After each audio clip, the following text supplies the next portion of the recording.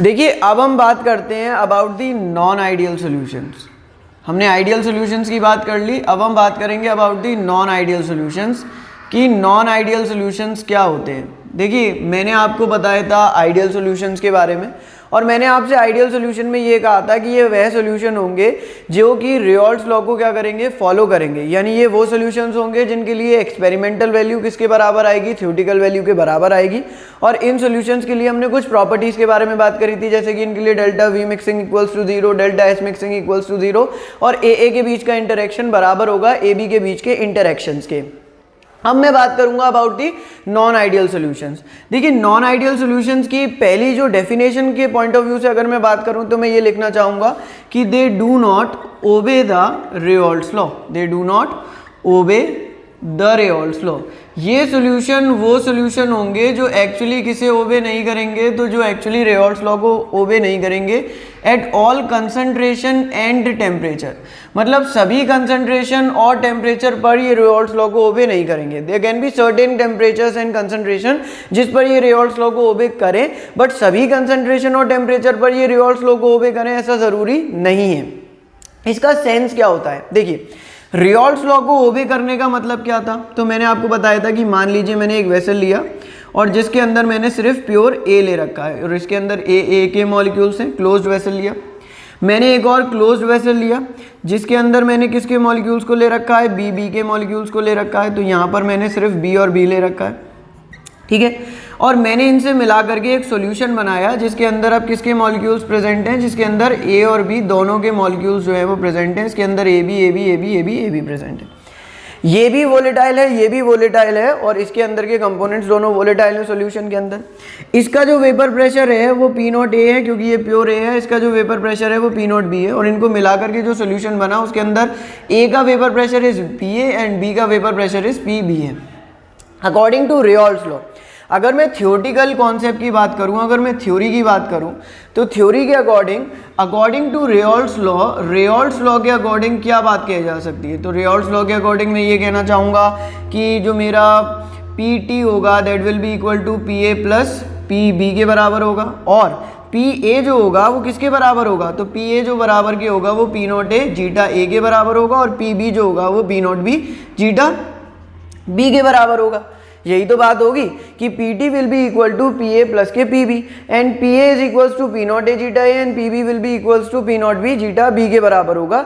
ये मेरी रेयॉल्ड्स लॉ की बात हुई। This comes out to be the Raoult's law. Raoult's law के अकॉर्डिंग टोटल प्रेशर जो होगा वो P A plus P B के बराबर होगा, क्योंकि रेयॉल्ड्स लॉ तो यही कहती थी कि the vapour pressure of a solution each volatile component of a solution is directly proportional to its mole fraction. तो यहाँ से मैंने P A is equals to P not A zeta A निकाला, P B is equals to P not B zeta B निकाला और total pressure Dalton's law of partial pressure के according P A plus P B के बराबर होगा।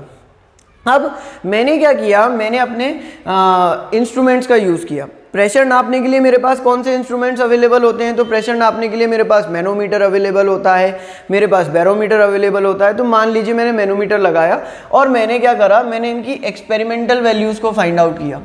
अच्छा, जब मैंने इनकी एक्सपेरिमेंटल वैल्यूज को फाइंड आउट किया तो मुझे ये पता चला कि जो पी टी था यानी एक्सपेरिमेंटली, इससे मान लीजिए कि कुछ प्रेशर, टोटल वेपर प्रेशर की कुछ वैल्यू आई और मैंने यहाँ से वेपर प्रेशर की वैल्यू निकाली एक्सपेरिमेंटल यानी मैनोमीटर की मदद से, तो मुझे ये पता चला कि P T is not equivalent to P A plus P B. पहली बात कि Pt जो है वो Pa प्लस Pb के बराबर नहीं आ रहा था। और मुझे एक बात ये भी पता चली कि Pa is not equivalent to P not A zeta A. Pa जो था वो P not A zeta A के बराबर भी नहीं आ रहा था और Pb जो था वो P not B zeta B के बराबर भी नहीं आ रहा था। P not B zeta B के बराबर नहीं आ रहा था। मतलब कि जो एक्सपेरिमेंटल P एक्सपेरिमेंटल था और जो P कैलकुलेटेड था यानी P थ्योरेटिकल था, वो दोनों PT कैलकुलेटेड और PT एक्सपेरिमेंटल की वैल्यूज जो थी वो दोनों आपस में क्या नहीं आ रही थी, इक्विवेलेंट या बराबर नहीं आ रही थी। तो इसका मतलब ये है कि ये जो सोल्यूशन बना है A और B को मिलाने के बाद वो एक्चुअल में रेयॉल्ड्स लॉ को तो ओबे नहीं कर रहा है, because if it was obeying Raoult's law PA must have been equal to P not A zeta A, PB must have been equal to P not B zeta B, but it is not actually following the Raoult's law. So such type of solutions are known as non ideal solutions. इस तरीके के solutions जो होते हैं वो non ideal solutions होते हैं, यानी वह सॉल्यूशन जिनके लिए रेयॉल्स लॉ ओबे नहीं होती है eight all concentration in temperature, इस तरीके के सॉल्यूशंस को आप क्या कहते हैं? इस तरीके के सॉल्यूशंस को आप नॉन आइडियल सॉल्यूशंस कहते हैं। The solutions for which the Raoult's law is not followed at all concentration and temperatures is called as non ideal solutions. अब मैं प्रॉपर्टीज की बात करना चाहूंगा। जैसे हमने आइडियल सॉल्यूशंस में प्रॉपर्टीज की बात करी थी, वैसे ही हम नॉन आइडियल सॉल्यूशन की प्रॉपर्टीज की बात करना चाहेंगे। तो मैं ये साफ करता हूं और उसके बाद मैं आपको बताता हूं about the properties of non ideal solutions. Properties of non ideal solutions, देखिए मेरा जो टॉपिक है वो है properties of non ideal solutions. देखो properties of non ideal solution में पहली property, do not obey the Raoult's law. ये सॉल्यूशन जो होंगे वो कभी भी रेयॉल्स लॉ को ओबे नहीं करेंगे। इन सॉल्यूशंस के लिए कभी भी P not A zeta A P A के बराबर होगा, यानी कि P A will not be equivalent to P not A zeta A, P B will not be equivalent to P not B zeta B, and P T will not be equivalent to P A plus के P B. इन solutions के लिए, क्योंकि रेयॉल्स law अगर ओबे करते तो ये बराबर होते, बट इनके लिए ये फॉलो नहीं हो रही। अब इसकी जो थ्योरेटिकल वेपर प्रेशर है और एक्सपेरिमेंटल वेपर प्रेशर है उनमें डिफरेंस क्या हो सकता है? उसमें ये हो सकता है कि पी टी ग्रेटर हो जाए किससे? पी ए प्लस के पी बी से, या पी टी लेस देन हो जाए किससे? P A plus P B से। ये केस बन सकता है। ऐसे ही इसके लिए भी दो केसेस बन सकते हैं। हो सकता है कि पी ए ग्रेटर हो जाए P not A zeta A से, या पी ए लेस देन हो जाए किससे? P not A zeta A से। ग्रेटर भी हो सकता है, लेस भी हो सकता है। सिमिलरली इसके लिए भी यही केस बन सकता है कि पी बी ग्रेटर हो जाए किससे? P not B zeta B से, और पी बी लेस देन हो जाए किससे? P not B zeta B से। So non ideal solution simply don't obey the Raoult's law. ये कभी भी रेयॉल्स लॉ को ओबे नहीं करते हैं, यानी इन सॉल्यूशंस के लिए पी ए कभी भी P not A zeta A के बराबर नहीं होता है, पी बी कभी भी P not B zeta B के बराबर नहीं होता, पी टी कभी भी P A plus P B के बराबर नहीं होता है। इन सॉल्यूशंस के लिए एक बात और, इन सॉल्यूशंस के लिए डेल्टा वी मिक्सिंग भी किसके बराबर नहीं होगी? जीरो के बराबर नहीं होगी। यानी जैसे आइडियल सॉल्यूशन में हो रहा था कि डेल्टा वी मिक्सिंग का मतलब मैंने आपको क्या बताया था? तो मैंने आपको बताया था कि डेल्टा वी मिक्सिंग जो है वो change in volume on mixing है, change in volume on mixing है। तो क्या डेल्टा वी मिक्सिंग की वैल्यू जीरो के बराबर होगी? नहीं होगी। अब ऐसा क्यों नहीं हो रहा है, मतलब डेल्टा वी मिक्सिंग जीरो के बराबर क्यों नहीं हो रही है? उसका रीज़न हम समझते हैं। देखिए उसका रीज़न इसके तीसरे पॉइंट में छुपा है, जो ये कहता है कि इसमें ए का इंटरेक्शन बी का इंटरेक्शन कभी भी बराबर के नहीं होगा किससे? ए बी के इंटरेक्शन के। सिंपल सा है, इसमें ए का इंटरेक्शन बी का interaction, A interaction and B interaction will never be equal to A B के इंटरेक्शन। इसमें ए का इंटरेक्शन बी का इंटरेक्शन ए बी के इंटरेक्शन के बराबर नहीं होगा। अब इसका मतलब क्या है कि ए का इंटरेक्शन बी का इंटरेक्शन इसके बराबर नहीं होगा। और इस पॉइंट को अगर आप समझते हो तो आपको ये पॉइंट भी समझ में आ जाता है, और तो और आपको चौथा पॉइंट भी समझ में आ जाएगा, दैट इज कि इसमें डेल्टा एच मिक्सिंग भी कैसी नहीं होगी? जीरो नहीं होगी। डेल्टा एच मिक्सिंग का मतलब क्या था? तो डेल्टा एच मिक्सिंग था heat change on mixing, heat change on mixing. ये भी क्या नहीं होगी? जीरो के बराबर नहीं होगी। अब इसको समझने के लिए सबसे इंपॉर्टेंट और गोल्डन पॉइंट जो है वो ये वाला पॉइंट है, इसे बहुत आराम से समझते हैं। देखो क्या कह रहा है, मैंने आपसे कहा था कि ये सॉल्यूशन बनाने के लिए आपने किया क्या है? आपने एक वेसल लिया है जिसके अंदर आपने ए भरा है और उसके अंदर ए प्रेजेंट है। आपने एक वेसल लिया है और उसके अंदर आपने बी भरा है और उसके अंदर बी और बी प्रेजेंट है, और इनको मिला करके आपने क्या बनाया है? एक सॉल्यूशन बनाया है। और उस सॉल्यूशन के अंदर किसके मॉलिक्यूल प्रेजेंट हैं? तो उस सॉल्यूशन के अंदर ए और बी के मॉलिक्यूल्स प्रेजेंट हैं। A B. मैं जानबूझ के चार लेता हूँ क्योंकि सेम रहे और कंफ्यूजन ना हो, ठीक है, अब इसके अंदर ए के मॉलिक्यूल्स प्रेजेंट हैं, इसके अंदर ए के मॉलिक्यूल्स प्रेजेंट है, इसके अंदर ए के मॉलिक्यूल्स प्रेजेंट, बी के मॉलिक्यूल्स प्रेजेंट है और इसके अंदर ए बी के मॉलिक्यूल्स प्रेजेंट है। अब बहुत ध्यान से समझिएगा हम क्या कह रहे हैं। नॉन आइडियल सोल्यूशन, देखिए आइडियल सोल्यूशन में क्या होता था कि ए के इंटरेक्शन और बी के interaction was equivalent to the A B के interaction, but in case of non ideal solution, non ideal solutions में क्या होता है, बहुत ध्यान से समझिएगा क्या बता रहा हूं मैं। नॉन आइडियल सोल्यूशंस में क्या होता है कि ए का इंटरेक्शन बी का इंटरेक्शन कभी भी बराबर के नहीं होगा किसके, ए बी के इंटरेक्शन के। इन दोनों के इंटरेक्शन आपस में बराबर हो भी सकते हैं या डिफरेंट भी हो सकते हैं, बट इन दोनों के इंटरेक्शन से इसका इंटरेक्शन जो होगा वो हमेशा कैसा रहेगा, डिफरेंट रहेगा, या तो वो कम रहेगा या ज्यादा रहेगा। देखिए ध्यान से समझना, मान लो कि मैंने कहा कि ए का इंटरेक्शन ज्यादा है, बी का इंटरेक्शन ज्यादा है, किससे, ए बी के इंटरेक्शन से। इन दोनों का इंटरेक्शन इसके इंटरेक्शन से क्या है, ज्यादा है। ए का इंटरेक्शन बी का interaction was greater than the A B का इंटरेक्शन। इसके मॉलिक्यूल्स की फोर्स ज्यादा है, इसके मॉलिक्यूल्स की फोर्स ऑफ अट्रैक्शन ज्यादा है इसके मॉलिक्यूल्स की फोर्स ऑफ अट्रैक्शन से। तो मतलब क्या हुआ, देखो पहले क्या था कि ए के मॉलिक्यूल्स में फोर्स ऑफ अट्रैक्शन ज्यादा थी, मतलब ये था कि मॉलिक्यूल्स जो थे वो पहले पास पास थे, बिल्कुल पास पास होंगे क्योंकि उनमें फोर्स ऑफ अट्रैक्शन ज्यादा है। बी के मॉलिक्यूल्स भी पहले कैसे होंगे, पास पास होंगे। फिर क्या हुआ कि जब आपने उन्हें मिला दिया तो उनके मॉलिक्यूल्स की फोर्स ऑफ अट्रैक्शन कम हो गई। अब देखो कम कैसे होगी, इस चीज को मैं एग्जाम्पल से आपको समझाऊंगा जब मैं इस टॉपिक को और डिटेल में बताऊंगा, बट अभी आप मेरे साथ बस ये मान के चलिए कि इनकी फोर्स ऑफ अट्रैक्शन कम हो गई, फॉर सम रीजंस उनकी फोर्स ऑफ अट्रैक्शन कम हो गई। उनके बीच में कोई एक एडिशनल बॉन्ड था, पहले ए के मॉलिक्यूल्स या बी के मॉलिक्यूल्स में एक एडिशनल बॉन्ड था, जब आपने इन्हें मिला दिया तो वो बॉन्ड टूट गया और फोर्स ऑफ अट्रैक्शन कम हो गई। यहां मैंने आपको बता दिया कि फोर्स ऑफ अट्रैक्शन कैसे कम होगी, कि कोई एक एडिशनल बॉन्ड होगा और वो एडिशनल बॉन्ड ब्रेक हो जाएगा जिससे उनकी फोर्स ऑफ अट्रैक्शन क्या हो जाएगी, कम हो जाएगी। तो फोर्स ऑफ अट्रैक्शन, उनके बीच की फोर्स ऑफ अट्रैक्शन क्या हो गई, कम हो गई। अब देखिए जब फोर्स ऑफ अट्रैक्शन कम हो जाएगी तो मॉलिक्यूल्स एक दूसरे से क्या हो जाएंगे, दूर दूर हो जाएंगे। Molecules will move far apart from each other, molecules दूर दूर हो जाएंगे। अगर मॉलिक्यूल्स एक दूसरे से दूर दूर हो जाएंगे तो वॉल्यूम पहले के कंपैरिजन में क्या हो जाएगा, ज्यादा हो जाएगा। देखिए मानिए ऐसा है कि आपने 50 ml इसका मिलाया और आपने 50 ml इसका मिलाया, तो आपको एक्सपेक्टेड वॉल्यूम क्या था, 100 ml। अगर सॉल्यूशन आइडियल होता तो वॉल्यूम आता भी कितना, 100 ml, बट आपने देखा कि वॉल्यूम तो 110 ml आ रहा है, यानी कि मिलाने पर जो वॉल्यूम में चेंज आ रहा है वो 10 ml का आ रहा है। देखो आपका V कैलकुलेटेड कितना है, 100 ml, और आपका V एक्सपेरिमेंटल जो एक्सपेरिमेंट से आपको मिल रहा है वो कितना आ रहा है, 110 ml। So change in volume on mixing कितना आ रहा है, तो आप कहोगे कि V experimental minus V calculated and there is an increase of 10 ml in the volume. तो वो 10 ml वॉल्यूम एक्स्ट्रा कहां से आ रहा है, तो बहुत ध्यान से समझो कि वो 10 ml वॉल्यूम कहां से आ रहा है। पहले ए के मॉलिक्यूल्स में फोर्स ऑफ अट्रैक्शन ज्यादा थी, मॉलिक्यूल्स एक दूसरे के पास पास थे। बी के मॉलिक्यूल्स में फोर्स ऑफ अट्रैक्शन ज्यादा थी, मॉलिक्यूल्स एक दूसरे के बहुत बहुत पास थे। फिर जब तुमने उन्हें मिलाया तो उनकी फोर्स ऑफ अट्रैक्शन कम हो गई। जब मॉलिक्यूल्स की फोर्स ऑफ अट्रैक्शन कम हो गई तो मॉलिक्यूल्स दूर दूर हो गए। जब मॉलिक्यूल्स एक दूसरे से दूर दूर हो गए, जब मॉलिक्यूल्स दूर दूर हो गए तो वॉल्यूम क्या हो जाएगा, उनका इंक्रीज हो जाएगा। एंड वो जो चेंज इन वॉल्यूम है, क्या चेंज इन वॉल्यूम एक्सपेरिमेंटल और कैलकुलेटेड में क्या कोई चेंज नहीं है, बिल्कुल है, 10 ml का चेंज है। तो that change in volume is known as delta V mixing, कि मिलाने पर वॉल्यूम में ये चेंज आ गया, मिलाने पर वॉल्यूम में ये चेंज आ गया। कितना चेंज आ गया, 10 ml का चेंज आ गया, that is delta V mixing. क्या वो जीरो के बराबर है, नहीं है।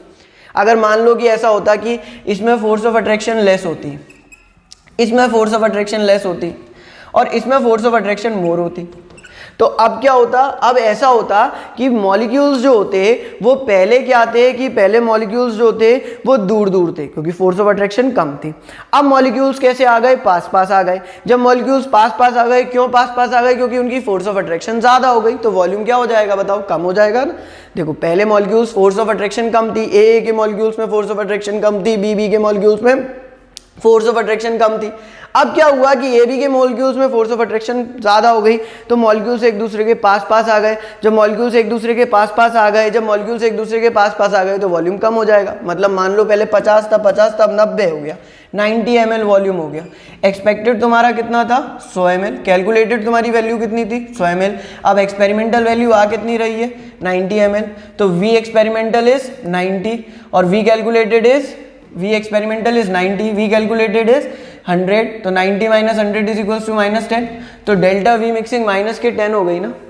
मतलब क्या जीरो हो रही? नहीं, जीरो से कम हो गई, -10, 10 के वॉल्यूम में चेंज आ गया। सो ऐसे हम कह सकते हैं कि डेल्टा वी मिक्सिंग इनके लिए कभी भी किसके बराबर नहीं होगी? जीरो के बराबर नहीं होगी। नॉन आइडियल सॉल्यूशन की प्रॉपर्टीज में पहली प्रॉपर्टी ये हुई कि they do not obey the Raoult's law. ये सॉल्यूशंस कभी भी रियोल्स लॉ को ओबे नहीं करते हैं। इन सॉल्यूशंस के लिए डेल्टा वी मिक्सिंग जीरो के बराबर नहीं होती है। इन सॉल्यूशंस के लिए डेल्टा वी मिक्सिंग जीरो के बराबर नहीं होती है, या वो जीरो से ज़्यादा होगी, यानी या तो मिलाने पर वॉल्यूम जो होगा वो ज़्यादा हो जाएगा कैलकुलेटेड वैल्यू से, एक्सपेक्टेड वैल्यू से, या कैलकुलेटेड या एक्सपेक्टेड वैल्यू से वॉल्यूम कम हो जाएगा। इनके लिए ए इंटरेक्शन बी इंटरेक्शन कभी भी किसके बराबर नहीं होंगे? ए बी इंटरेक्शन के बराबर नहीं होंगे। और इनके लिए डेल्टा एच मिक्सिंग भी जीरो के बराबर नहीं होगी। देखो डेल्टा एच मिक्सिंग जीरो के बराबर होने का क्या मतलब है, मैं आपको समझाता हूँ। देखो एक बात समझो कि केमिस्ट्री में रिएक्शंस को दो टाइप में डिवाइड किया गया है। एक होती हैं एक्सोथर्मिक रिएक्शंस। आप सबको पता होगा कि एक्सोथर्मिक रिएक्शन वो रिएक्शन होती हैं जिनमें एनर्जी क्या होती है? रिलीज होती है। और इन रिएक्शन के लिए डेल्टा एच की वैल्यू हमेशा कैसी होती है? नेगेटिव होती है। एंडोथर्मिक रिएक्शन कौन सी रिएक्शन होती है जिनमें एनर्जी हमेशा क्या होती है? रिक्वायर होती है। और इन रिएक्शन के लिए डेल्टा एच की वैल्यू कैसी होती है? पॉजिटिव होती है। एक्सोथर्मिक रिएक्शन में एनर्जी रिलीज होती है और उनके लिए डेल्टा एच की वैल्यू नेगेटिव होती है। एंडोथर्मिक एनर्जी रिएक्शंस के लिए एनर्जी रिक्वायर होती है और उनके लिए डेल्टा एच की वैल्यू पॉजिटिव होती है। अब देखो मैं डेल्टा एच का कॉन्सेप्ट आपको समझाता हूँ। देखो हो क्या रहा है, मान लो कि ए की इंटरेक्शन की फोर्स ऑफ अट्रैक्शन कम है, बी की फोर्स ऑफ अट्रैक्शन कम है, और इनके बीच में जो फोर्स ऑफ अट्रैक्शन डेवलप होती है वो ज़्यादा होती है। ठीक है, मैंने आपसे ये कहा कि मान लो कि ए के मॉलिक्यूल्स में फोर्स ऑफ अट्रैक्शन कम है, बी के मॉलिक्यूल्स में, मैंने आपसे कहा कि मान लो कि ए के मॉलिक्यूल्स में फोर्स ऑफ अट्रैक्शन कम है, बी के मॉलिक्यूल्स में फोर्स ऑफ अट्रैक्शन कम है, और ए के मॉलिक्यूल्स में जो फोर्स ऑफ अट्रैक्शन डेवलप हो रही है वो कैसी डेवलप हो रही है? ज़्यादा फोर्स ऑफ अट्रैक्शन डेवलप हो रही है। तो इसका मतलब क्या है कि आपको मिलाने के लिए ए और बी का सॉल्यूशन बनाने के लिए आपको ए के मॉलिक्यूल्स की फोर्स ऑफ अट्रैक्शन को ब्रेक करना होगा, आपको बी के मॉलिक्यूल्स की फोर्स ऑफ अट्रैक्शन को ब्रेक करना होगा। मान लो इसे ब्रेक करने के लिए 30 किलो जूल एनर्जी रिक्वायर होती है, इसे ब्रेक करने के लिए 30 किलो जूल एनर्जी रिक्वायर होती है। ठीक है, और जब आप इन दोनों को मिला देते हो तो ए बी के बीच में तो फोर्स ऑफ अट्रैक्शन डेवलप हो रही है, इसमें एनर्जी रिक्वायर है, इसमें भी एनर्जी रिक्वायर है, यहाँ फोर्स ऑफ अट्रैक्शन डेवलप हो रही है, और मिलाने पर मान लो आपको 70 किलो जूल ऑफ एनर्जी क्या हो रही है? रिलीज हो रही है। रिलीज हो रही है क्यों? क्योंकि फोर्स ऑफ अट्रैक्शन ज़्यादा डेवलप हो रही है, और कभी भी फोर्स ऑफ अट्रैक्शन डेवलप होती है तो एनर्जी क्या होती है? उस प्रोसेस में रिलीज होती है। इनमें आप जब ए और बी को मिला रहे थे तो पहले आपको ए के मॉलिक्यूल्स को सेपरेट करना था, 30 किलो जूल एनर्जी की रिक्वायरमेंट थी। आपके बी के मॉलिक्यूल्स को सेपरेट करना था, 30 किलो जूल ऑफ एनर्जी की रिक्वायरमेंट थी। जब आपने मिला दिया तो उनके बीच में अब फोर्स ऑफ अट्रैक्शन डेवलप हुई और 70 किलो जूल ऑफ एनर्जी क्या हो गई? उनके अंदर से रिलीज हो गई। अब 70 किलो जूल एनर्जी रिलीज हो रही है, तो यानी देखो टोटल रिलीज की बात करूं तो टोटल रिलीज कितनी हो रही है? 70 किलो जूल। टोटल रिक्वायर कितनी हो रही है? तो टोटल रिक्वायर 30 + 30 = 60 किलो जूल। तो मुझे एनर्जी कितनी रिलीज मिल रही है? एनर्जी ओवरऑल कितनी मिल रही है? 10 किलो जूल। और एनर्जी अगर रिलीज हो रही है तो डेल्टा एच कैसा हो जाएगा? माइनस का हो जाएगा, माइनस के 10 किलो जूल एनर्जी मिल रही है, क्योंकि प्रोसेस कैसी हो गई है? Process has become exothermic. Process कैसी हो गई है? एक्सोथर्मिक हो गई है। The process has become exothermic. क्योंकि प्रोसेस एक्सोथर्मिक है तो डेल्टा एच कैसा हो जाएगा? नेगेटिव हो जाएगा। क्या देखो, क्या ए का इंटरेक्शन बी का इंटरेक्शन आपस में बराबर था? नहीं था ना। आपसे मैंने ये कहा कि मान लो कि ए की फोर्स ऑफ अट्रैक्शन कम है, बी की कम है, किससे? ए बी की इंटरेक्शन से। तो इसको तोड़ने के लिए कम एनर्जी चाहिए होगी, इसको तोड़ने के लिए कम एनर्जी चाहिए होगी, बट जो मिलने पर ए और बी के मिलने पर एनर्जी रिलीज होगी वो ज़्यादा होगी, तो ओवरऑल एनर्जी रिलीज होगी। प्रोसेस एक्सोथर्मिक होगी, डेल्टा एच नेगेटिव होगा, delta H not equal to 0 होगा, डेल्टा एच नेगेटिव होगा। अगर मैं इसका ही रिवर्स एग्जाम्पल आपको बताना चाहूँ, रिवर्स एग्जाम्पल बताने का मतलब क्या है? देखो मैंने आपसे कहा कि मान लो कि ए के बीच की इंटरेक्शन ज़्यादा है, बी के बीच की इंटरेक्शन ज़्यादा है, और ए बी के बीच की इंटरेक्शन कम है। ए के बीच में फोर्स ऑफ अट्रैक्शन ज़्यादा है, बी के बीच में फोर्स ऑफ अट्रैक्शन ज़्यादा है, और ए बी के बीच में फोर्स ऑफ अट्रैक्शन कम है। तो देखो ए के मॉलिक्यूल्स को तोड़ने में एनर्जी रिक्वायर होगी, बी के मॉलिक्यूल्स को तोड़ने में एनर्जी रिक्वायर होगी। अब ए के मॉलिक्यूल्स को तोड़ने में एनर्जी जो रिक्वायर होगी, मान लो कि 30 किलो जूल चाहिए होती है, इसको भी तोड़ने में 30 किलो जूल चाहिए होती है। बट यहाँ पर अब जो फोर्स ऑफ अट्रैक्शन डेवलप हो रही है वो कम डेवलप हो रही है ड्यू टू सर्टेन रीजंस, हम अभी बात करेंगे उन रीजंस की, बट फोर्स ऑफ अट्रैक्शन जो डेवलप हो रही है वो कम फोर्स ऑफ अट्रैक्शन डेवलप हो रही है। अब अगर इनके बीच में कम फोर्स ऑफ अट्रैक्शन डेवलप हो रही है, if the force of attraction getting developed between them, अगर वो कम फोर्स ऑफ अट्रैक्शन डेवलप हो रही है तो एनर्जी रिलीज भी कम होगी। तो मान लो कि इसमें जो रिलीज एनर्जी है वो 50 किलो जूल एनर्जी रिलीज हो रही है। देखो टोटल रिक्वायर एनर्जी कितनी हो रही है, टोटल रिक्वायर हो रही है 60 kilo joule. Total release energy कितनी हो रही है, तो टोटल रिलीज एनर्जी हो रही है 50 किलो जूल।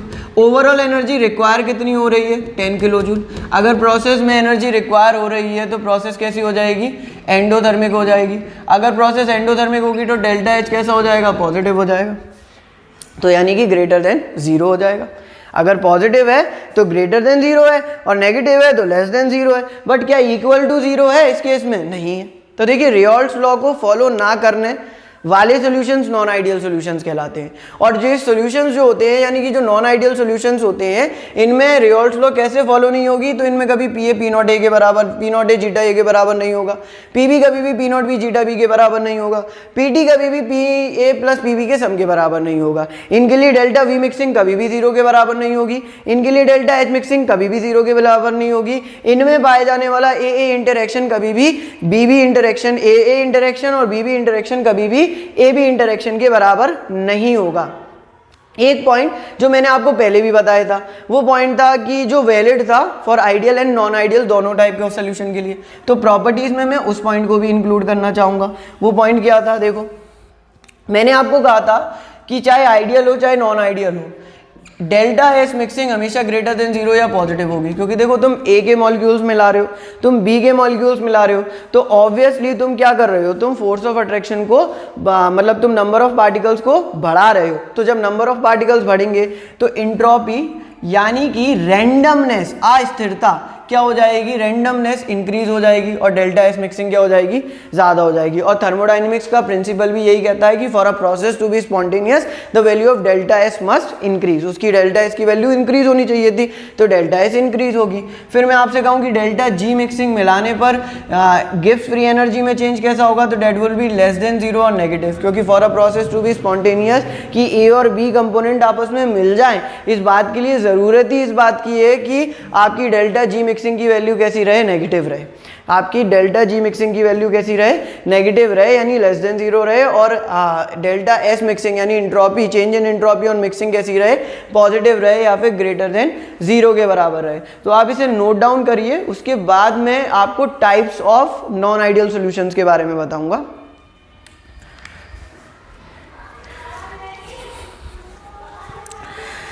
देखिए नॉन आइडियल सॉल्यूशंस के बारे में बताने से पहले मैं आपको ये बताना चाहूँगा कि हमने ये पढ़ा था कि हमारी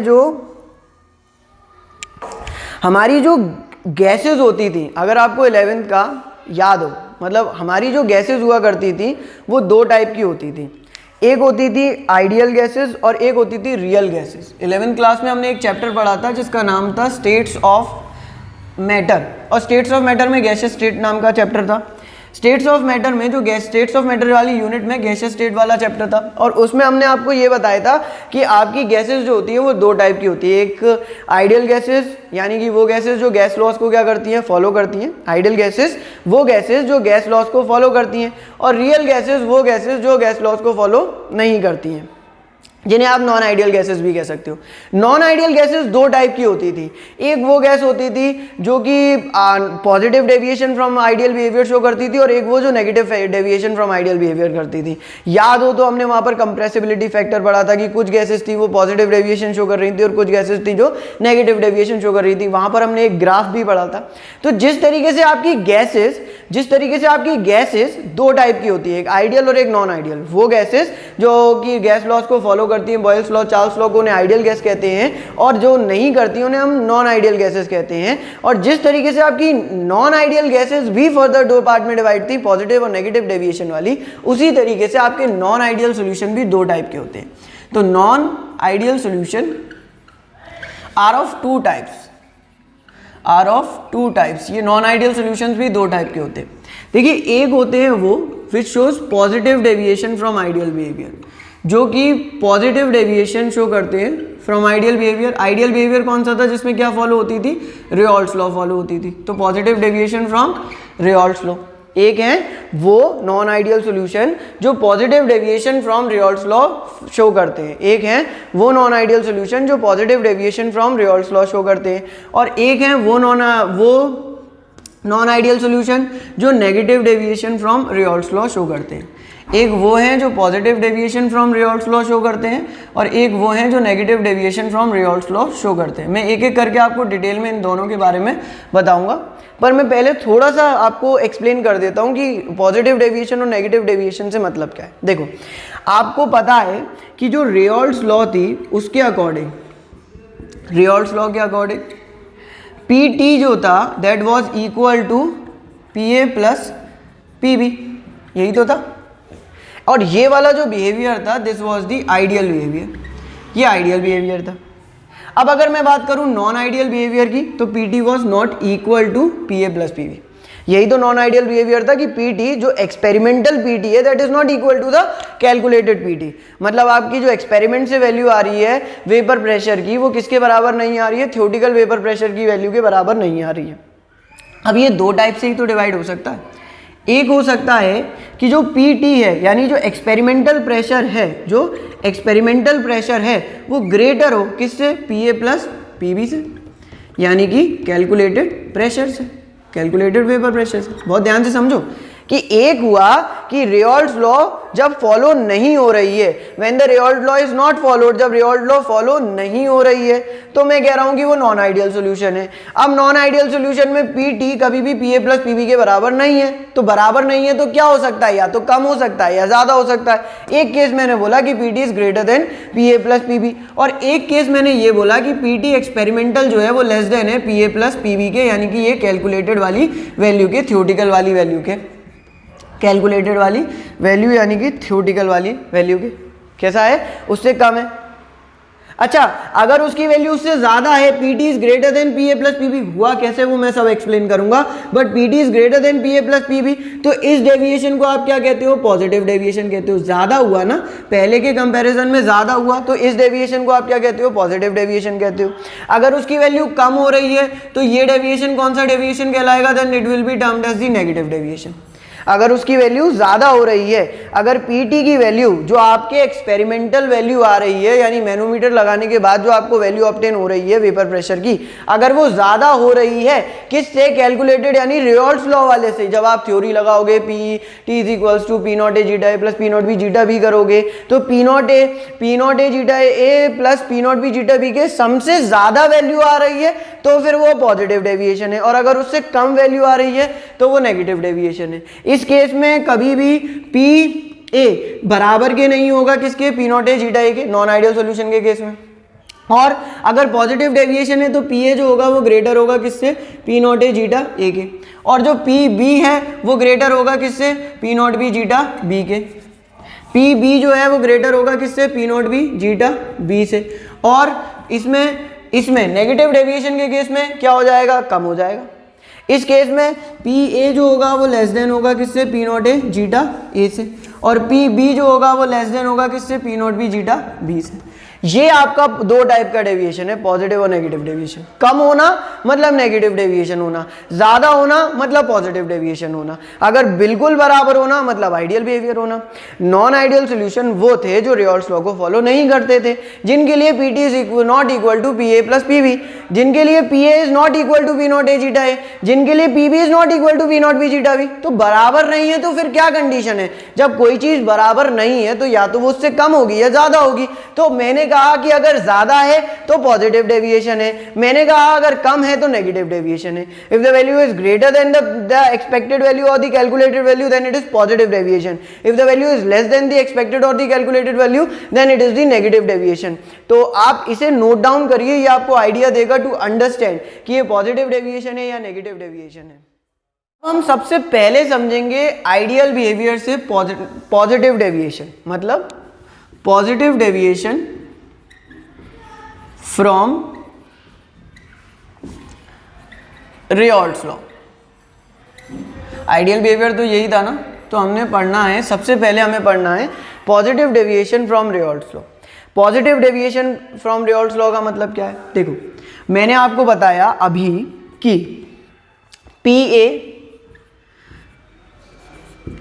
plus P B is not equal to P T. ये कब होता है? नॉन आइडियल सोल्यूशन के केस में होता है, यानी वो सोल्यूशन होंगे जिनमें ये फॉलो नहीं हो रहा होगा, total vapour pressure P A plus P B के सम के बराबर नहीं होगा।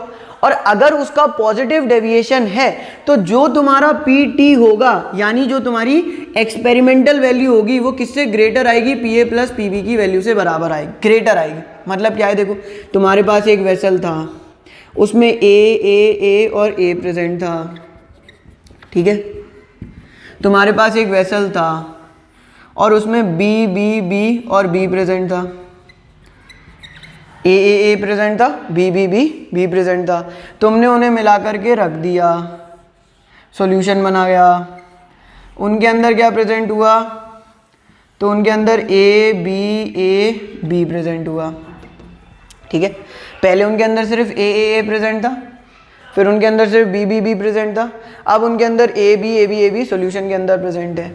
अब देखो इसका अंदर जो वेपर प्रेशर होगा उसके अंदर दो चीज़ों का कंट्रीब्यूशन होगा, पी ए और पी बी का, और total vapour pressure P A plus P B के बराबर होगा। ये बात आपको अच्छे से दिमाग में बैठ जानी चाहिए अब तक, तो P A plus P B के बराबर होगा। अब ये तुम्हारी रेयॉल्ड्स लॉ की बात थी, और मैंने एक्सपेरिमेंट की मदद से, मैनोमीटर की मदद से P T total vapour pressure निकाला, और मुझे ये पता चला कि जो एक्सपेरिमेंट की वैल्यू थी वो P A plus P B की थ्योरेटिकल वैल्यू से ग्रेटर आ रही थी, P A plus P B की थ्योरेटिकल वैल्यू से ग्रेटर आ रही थी। तो इस डेविएशन को क्या कहा जाएगा? पॉजिटिव डेविएशन कहा जाएगा। जब total vapour pressure greater than P A plus P B से हो तो उसे पॉजिटिव डेविएशन कहा जाएगा। और ऐसा हो भी क्यों रहा होगा? क्योंकि पी ए ग्रेटर आ रहा था किससे? P not A zeta A से। पी बी ग्रेटर आ रहा था किससे? P not B zeta B से। रेयॉल्ड्स लॉ के तो according P A P not A zeta A के बराबर होना चाहिए था ना, बट उसकी वैल्यू ज़्यादा आ रही थी। मैंने इंडिविजुअल इंस्ट्रूमेंट लगाया, मैंने उनका इंडिविजुअल वेपर प्रेशर कैलकुलेट किया, पी ए का कैलकुलेट किया एक्सपेरिमेंट से, उसकी वैल्यू भी ज़्यादा आई, पी बी का कैलकुलेट किया, उसकी वैल्यू भी ज़्यादा आई। तो यानी कि P A is greater than P not A zeta A, P B is greater than P not B zeta B, P T is greater than P not A, P A plus P B. तो ये deviation कौन सा deviation हो गया? This deviation is the positive deviation from the Raoult's law. ये deviation आपका positive deviation from the Raoult's law होता है। मतलब when Pt is greater than Pa plus Pb, Pb is greater than P naught B zeta B, और Pa is greater than P naught A zeta A, then that deviation is known as the positive deviation from the Reynolds law। उस deviation को आप कौन सा deviation कहते हो? उस deviation को आप positive deviation from the Raoult's law कहते हो। अब देखो रेयॉल्ड्स लॉ में जब पॉजिटिव डेविएशन होता है तो उसकी भी कुछ प्रॉपर्टीज होती हैं। आप समझ गए होंगे कि पॉजिटिव डेविएशन क्या है। अब उसकी प्रॉपर्टीज, पहली प्रॉपर्टी तो यही हो गई कि P T is greater than P A plus P B, P A is greater than P not A zeta A, P B is greater than P not B zeta B. Property number 2 मैं यहाँ लिख देता हूँ। इसके लिए delta V mixing भी क्या होती है? ग्रेटर देन 0 होती है। डेल्टा वी मिक्सिंग भी ग्रेटर देन 0 होती है। ये मैं अभी एक्सप्लेन करूँगा जब मैं तीसरा पॉइंट बता देता हूँ, सो ही मैं एक्सप्लेन कर दूंगा। इसके लिए ए का इंटरेक्शन बी का इंटरेक्शन ग्रेटर होगा किससे? ए बी के इंटरेक्शन से।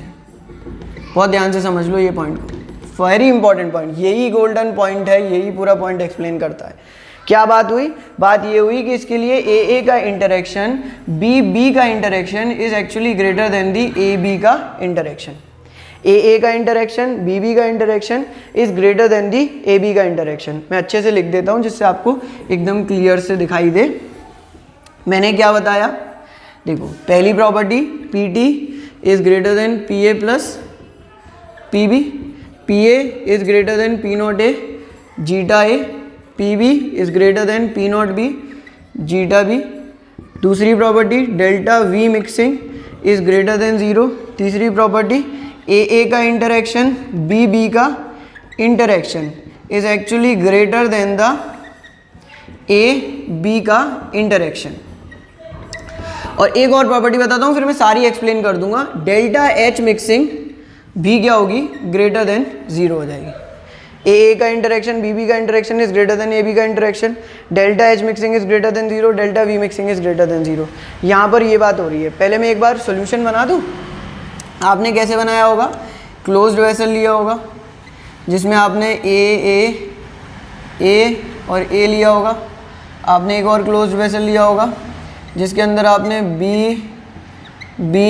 बी और बी लिया होगा, और फिर आपने ये सॉल्यूशन बना दिया होगा क्लोज्ड वेसल में डाल करके, जिसके अंदर ए और बी प्रेजेंट होगा। ठीक है, अब बहुत ध्यान से समझना कि यहाँ पर ये P T is greater than P A plus P B, P A is greater than P not A zeta A, और P B is greater than P not B zeta B हुआ। Delta V mixing is greater than zero हुई। A interaction A B interaction से सब कुछ explain होगा। कैसे होगा देखो बहुत ध्यान से देखो। ए के मॉलिक्यूल्स में क्या थी, फोर्स ऑफ अट्रैक्शन मान लो क्या ज़्यादा थी, बताया है ना, ए का इंटरेक्शन ग्रेटर देन बी का इंटरेक्शन, ए का बताया ना, ए का इंटरेक्शन बी का interaction greater than A B का इंटरेक्शन। इन दोनों में आपस में इक्वल भी हो सकती है, डिफरेंट भी हो सकती है, बट ऑब्वियसली इसकी सॉल्यूशन से जो होगी वो ज़्यादा होगी। ठीक है, अब देखो ध्यान से देखो, यहाँ पर ए के मॉलिक्यूल्स में फोर्स ऑफ अट्रैक्शन ज़्यादा है, बी के मॉलिक्यूल्स में फोर्स ऑफ अट्रैक्शन ज़्यादा है, ए बी के मॉलिक्यूल्स में फोर्स ऑफ अट्रैक्शन कम हो गई है नहीं। अब देखो ध्यान से समझना पहला पॉइंट वेपर प्रेशर वाला, कि ये क्यों हुआ। ये इसलिए हुआ क्योंकि अब जो सॉल्यूशन बना है उसके मॉलिक्यूल्स में फोर्स ऑफ अट्रैक्शन क्या हो गई है, पहले के कंपैरिजन में कम हो गई है। अब अगर मॉलिक्यूल्स में फोर्स ऑफ अट्रैक्शन पहले के कंपैरिजन में कम हो गई है तो जो वेपर्स प्रोड्यूस हो रहे होंगे वो भी कैसे होंगे, ज़्यादा प्रोड्यूस होंगे। अब अगर वेपर्स ज़्यादा प्रोड्यूस होंगे तो वेपर प्रेशर भी कैसा हो जाएगा, ज़्यादा हो जाएगा। ए के इंटरेक्शन में पहले ज़्यादा फोर्स थी, मॉलिक्यूल्स बहुत स्ट्रॉन्ग फोर्स से बंधे हुए थे, बी के मॉलिक्यूल्स में भी ए बी के कंपैरिजन में ज़्यादा फोर्स थी, मॉलिक्यूल्स बहुत स्ट्रॉन्ग फोर्स से बंधे हुए थे। बट अब जो ए बी के मॉलिक्यूल्स हैं उनमें जो फोर्स ऑफ अट्रैक्शन है वो कैसी हो गई है, कम हो गई है। ए बी के मॉलिक्यूल्स जो हैं उनमें जो फोर्स ऑफ अट्रैक्शन है वो कैसी हो गई है, कम हो गई है।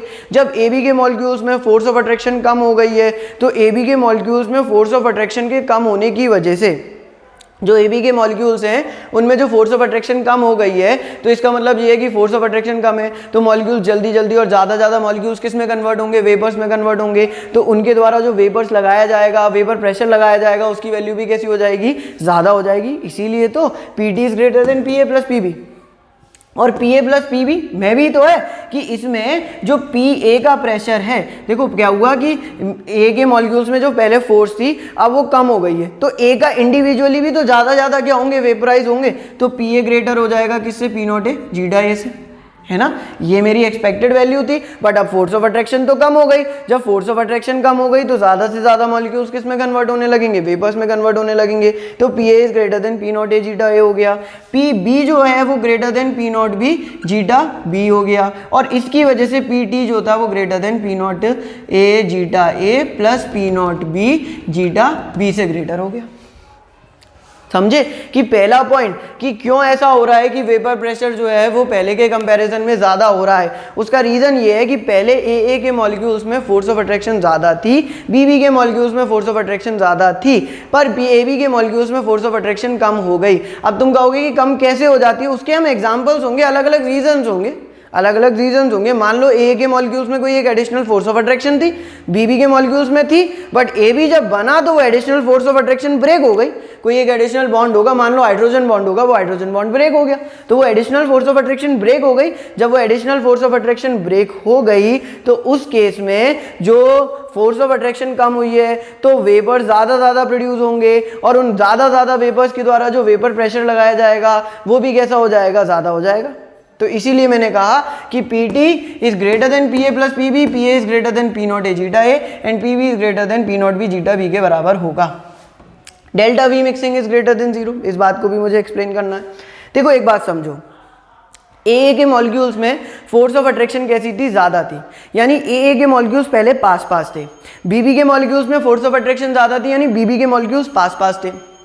ए बी के मॉलिक्यूल्स में फोर्स ऑफ अट्रैक्शन कैसी हो गई है, कम हो गई है। मतलब ए बी के मॉलिक्यूल्स अब कंपैरेटिवली कैसे हो गए हैं, दूर हो गए हैं। जब मॉलिक्यूल्स दूर होंगे तो वॉल्यूम तो ज़्यादा होगा, जब मॉलिक्यूल्स दूर होंगे तो वॉल्यूम तो ज़्यादा होगा। जब वॉल्यूम उसका ज़्यादा होगा तो delta V mixing will be greater than zero, अब आप समझो कि डेल्टा वी मिक्सिंग कैसे ग्रेटर देन 0।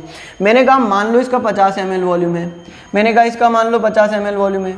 तुमसे मैं पूछूं कि बताओ कि जो सोल्यूशन बनेगा उसका कितना वॉल्यूम होगा, तो तुम कह दोगे कि उसका वॉल्यूम जो होगा वो 100 ml होगा। और 100 ml क्यों होगा? अगर उसका बिहेवियर आइडियल बिहेवियर होगा। बट क्या यहाँ आइडियल बिहेवियर की बात हो रही है? नहीं। मैं तुमसे कहता हूँ कि इसका वॉल्यूम जो है वो कैसा आता है, इसका वॉल्यूम 110 ml आता है। मैंने आपको एल्कोहल और वाटर वाला एग्जाम्पल भी दिया था, 50 + 50 और वॉल्यूम जो है वो 110 आया। तो क्यों आया? देखो तुम्हारा कैलकुलेटेड, तुमने जो थ्योरी से निकाला कि 50 + 50 = 100, तो वी कैलकुलेटेड तो 100 ml होना चाहिए था। बट तुमने वी एक्सपेरिमेंट तुमने नापा, वॉल्यूम नापा उसका, एक्सपेरिमेंटल से नापा, नापने पर तुम्हें 110 ml मिला। तो तुम्हारे वॉल्यूम में चेंज कितना आया? पहली बात चेंज बताओ कितना आया? तो तुम कहोगे कि V experimental minus V calculated, यानी कि 110 - 100 = 10 ml के बराबर उसके अंदर चेंज आया। 10 ml का ही तो चेंज आया। तो what is delta V mixing? Change in volume on mixing, 10 ml का चेंज आ रहा है। 10 ml का ही तो चेंज आ रहा है। मिलाने पर वॉल्यूम में कितने का चेंज आ रहा है? तो मिलाने पर वॉल्यूम में टोटल 10 ml का चेंज आ रहा है। अब आ क्यों रहा है? देखो पहले मॉलिक्यूल्स में फोर्स ऑफ अट्रैक्शन ज्यादा थी, मॉलिक्यूल्स पास पास थे। अब क्या हुआ, जब ए बी बना तो कोई एक एडिशनल फोर्स ऑफ अट्रैक्शन कम हो गई, जिसकी वजह से मॉलिक्यूल्स दूर दूर हो गए। Molecules move apart from each other, molecules move far from each other, जिसकी वजह से वो स्पेस जो ऑक्यूपाई कर रहे होंगे, जो एरिया वो कवर कर रहे होंगे, वो ज्यादा हो जाएगा। इसका मतलब ये है कि वॉल्यूम भी कैसा हो जाएगा? ज्यादा हो जाएगा, क्योंकि मॉलिक्यूल्स के बीच की फोर्स ऑफ अट्रैक्शन क्या हो गई है? पहले के कंपैरिजन में कम हो गई है, यानी उनका वॉल्यूम क्या हो जाएगा? ज्यादा हो जाएगा। तो 50 + 50 now will be equivalent to 110 ml, not equal to what? Not equal to 100 ml in case of positive deviation. Positive deviation के केस में अगर मैं आपसे बात करूं डेल्टा एच मिक्सिंग की, देखो इंटरेक्शंस तो ये तो सॉल्यूशन की प्रॉपर्टी है कि ऐसा तो होगा ही होगा कि उसके अंदर A interaction B B interaction greater होगा ए बी इंटरेक्शन से, क्योंकि कोई एक एडिशनल बॉन्ड होगा जो ब्रेक हो रहा होगा, कोई एक एडिशनल फोर्स ऑफ अट्रैक्शन होगी जो जरूर ब्रेक हो रही होगी, जो हम इंडिविजुअल एग्जाम्पल से अभी समझ लेंगे। अब देखिए आगे है डेल्टा एच मिक्सिंग वाला पॉइंट। डेल्टा एच मिक्सिंग वाला पॉइंट ग्रेटर देन 0। मैं आपको पहले ही बता चुका हूं कि डेल्टा एच मिक्सिंग में अगर प्रोसेस एंडोथर्मिक है तो कैसी होगी? पॉजिटिव होगी, और पॉजिटिव का मतलब ग्रेटर देन 0 है। अब देखो ध्यान से देखना, यहां पर मुझे अगर सॉल्यूशन बनाना है, अगर if I want to make a solution, so what do I need to do? मुझे क्या ज़रूरत है करने की? मुझे करने की ये ज़रूरत है कि पहले मुझे ए के मॉलिक्यूल्स में जो फोर्स ऑफ अट्रैक्शन है उसे ब्रेक करना होगा, मुझे बी के मॉलिक्यूल्स में जो फोर्स ऑफ अट्रैक्शन है उसे ब्रेक करना होगा, और फिर मुझे ए बी के मॉलिक्यूल्स में फोर्स ऑफ अट्रैक्शन डेवलप करनी होगी। अब मुझे यहाँ फोर्स ऑफ अट्रैक्शन को क्या करनी है? ब्रेक करनी है। तो ऑब्वियसली एनर्जी इस प्रोसेस में यहाँ क्या होगी? रिक्वायर होगी। यहाँ भी मुझे फोर्स ऑफ अट्रैक्शन को ब्रेक करना है, तो यहाँ भी एनर्जी जो होगी वो क्या होगी? तो यहाँ भी एनर्जी रिक्वायर होगी, और यहाँ पर फोर्स ऑफ अट्रैक्शन डेवलप हो रही है, तो यहाँ पर एनर्जी क्या हो रही होगी? तो यहाँ पर एनर्जी रिलीज हो रही होगी। बहुत सिंपल सा कॉन्सेप्ट नहीं है। देखिए केमिस्ट्री में बहुत सिंपल सी बात चलती है कि अगर कभी भी फोर्स ऑफ अट्रैक्शन आपकी डेवलप होती है तो उस जगह पर एनर्जी रिलीज होती है, और कभी भी किसी जगह फोर्स ऑफ अट्रैक्शन ब्रेक करनी होती है तो उस जगह पर एनर्जी जो होती है वो रिक्वायर होती है। यहाँ पर मुझे फोर्स ऑफ अट्रैक्शन को ब्रेक करना था तो एनर्जी रिक्वायर हुई, यहाँ भी ब्रेक करना था तो एनर्जी रिक्वायर हुई, और यहाँ रिलीज होगी क्योंकि फोर्स ऑफ अट्रैक्शन डेवलप हो रही है। अब देखिए ध्यान से समझना, ए के बीच में एक स्ट्रॉन्ग फोर्स ऑफ अट्रैक्शन है तो एनर्जी रिक्वायर जो है वो तोड़ने के लिए ज़्यादा चाहिए होगी। बी के बीच में भी स्ट्रॉन्ग फोर्स ऑफ अट्रैक्शन है तो एनर्जी रिक्वायर जो है तोड़ने के लिए वो भी ज़्यादा चाहिए होगी। बट ए बी के मॉलिक्यूल्स के बीच में जो एनर्जी रिलीज हो रही होगी वो कैसी हो रही होगी? लेस। क्यों लेस? क्योंकि फोर्स ऑफ अट्रैक्शन जो है वो भी कैसी है? लेस है। मैंने कहा कि ए बी के मॉलिक्यूल्स में जो फोर्स ऑफ अट्रैक्शन प्रेजेंट है वो लेस है, ए के मॉलिक्यूल्स के जो फोर्स ऑफ अट्रैक्शन है वो स्ट्रॉन्ग है, तो मुझे पहले ए को सेपरेट करना है तो मुझे ज़्यादा एनर्जी की ज़रूरत होगी, मुझे बी को सेपरेट करना है तो मुझे ज़्यादा एनर्जी की रिक्वायरमेंट होगी। बट ए बी के मॉलिक्यूल्स में जो फोर्स ऑफ अट्रैक्शन है वो तो लेस है, तो एनर्जी जो रिलीज हो रही होगी वो लेस होगी। मतलब मैं आपसे कहता हूँ कि इसे तोड़ने के लिए आपको 30 किलो जूल ऑफ एनर्जी की रिक्वायरमेंट है, इसे तोड़ने के लिए आपको 30 किलो जूल ऑफ एनर्जी की रिक्वायरमेंट है, बट जो एनर्जी आपको रिलीज हो रही है वो 40 kilo joule of energy release हो रही है। तो मैं आपसे कहूँ कि टोटल रिक्वायर एनर्जी कितनी है, तो आप कहोगे 30 + 30 60 किलो जूल एनर्जी रिक्वायर है। मैं कहूँ टोटल रिलीज एनर्जी कितनी है, तो मैं कहूँगा कि 40 किलो जूल ऑफ एनर्जी क्या है? रिलीज हो रही है। तो अगर मैं कहूं कि ओवरऑल एनर्जी रिक्वायर कितनी हो रही है सॉल्यूशन बनाने के लिए, क्योंकि आपको पहले सेपरेट करना होगा ना, पहले you need to separate A and B भी, तो आपको ओवरऑल एनर्जी तो देनी पड़ेगी, क्योंकि रिलीज तो सिर्फ 40 होती है और रिक्वायर आपकी 60 होती है। तो यानी कि आपको एनर्जी कितनी रिक्वायर है 20 kilo joule, and this 20 kilo joule of energy you need to supply to the solution. तुम्हें बाहर से हीट देनी पड़ेगी, ये जो 20 किलो जूल ऑफ एनर्जी होगी, यानी ये 20 जो है वो रिक्वायर है, यानी कि डेल्टा एच कैसा हो गया पॉजिटिव, यानी कि ग्रेटर देन 0 हो गया। यानी कि पॉजिटिव डेविएशन बनाने के लिए, पॉजिटिव डेविएशन वाले नॉन आइडियल सोल्यूशन बनाने के लिए you need to supply a certain amount of energy. The process of formation of solution showing positive deviation from ideal behaviour is endothermic in nature. वो कैसी होती है एंडोथर्मिक, क्योंकि delta H mixing कैसी होती है ग्रेटर देन 0 होती है। समझ रहे हो क्यों डेल्टा एच मिक्सिंग? तोड़ने के लिए ज्यादा चाहिए, तोड़ने के लिए ज्यादा चाहिए, मिलने पर कम एनर्जी रिलीज हो रही है। तो ओवरऑल तो मुझे चाहिए ना, और अगर चाहिए तो प्रोसेस एंडोथर्मिक है और डेल्टा एच कैसा हो गया ग्रेटर देन 0 हो गया, तो delta H mixing is greater than 0। एक वो पॉइंट हमारा जो आइडियल नॉन आइडियल के लिए वैलिड है, इसके लिए भी डेल्टा एस मिक्सिंग जो होगी वो ग्रेटर देन 0 होगी। मिलाओगे तो एंट्रोपी तो इंक्रीज होगी क्योंकि नंबर ऑफ पार्टिकल्स इंक्रीज हो रहे हैं, और डेल्टा जी मिक्सिंग जो होगी वो कैसी हो जाएगी, तो delta G mixing less than 0 होगी, क्योंकि process should be having negative गिव्स free energy for being spontaneous in nature. If the process wants to be spontaneous in nature the value of delta G must be negative. यदि process को spontaneous होना है तो delta जी की value को negative होना होगा। जो एग्जाम्पल्स मैं आपको देना चाहूँगा उसमें पहला एग्जाम्पल है इथाइल एल्कोहल एंड साइक्लोहेक्सेन का। ठीक है, इथाइल एल्कोहल एंड साइक्लोहेक्सेन का। इथाइल एल्कोहल का फॉर्मूला होता है C2H5OH, इसका फॉर्मूला होता है C6H12। देखो मैंने आपसे क्या कहा था, मैंने कहा था AA के इंटरेक्शन और BB के इंटरेक्शन कम हो जाएंगे AB के इंटरेक्शन से अपने आप। ठीक है, अब देखना ध्यान से, बहुत ध्यान से समझना। क्या है कि एल्कोहल के जो मॉलिक्यूल हैं, एल्कोहल के जो मॉलिक्यूल हैं, उन मॉलिक्यूल्स के बीच में पाई जाती है एक force of attraction which is known as hydrogen bond. कैसे बनती थी आपको याद हो, 11th में मैंने बताया था कि ऑक्सीजन एक मोर इलेक्ट्रोनेगेटिव एटम है, तो इस पर पार्शियल नेगेटिव आएगा, हाइड्रोजन के इलेक्ट्रॉन को खींचेगा तो इस पर पार्शियल पॉजिटिव आएगा, इस पर पार्शियल पॉजिटिव, इस पर partial negative, partial positive partial negative आएगा।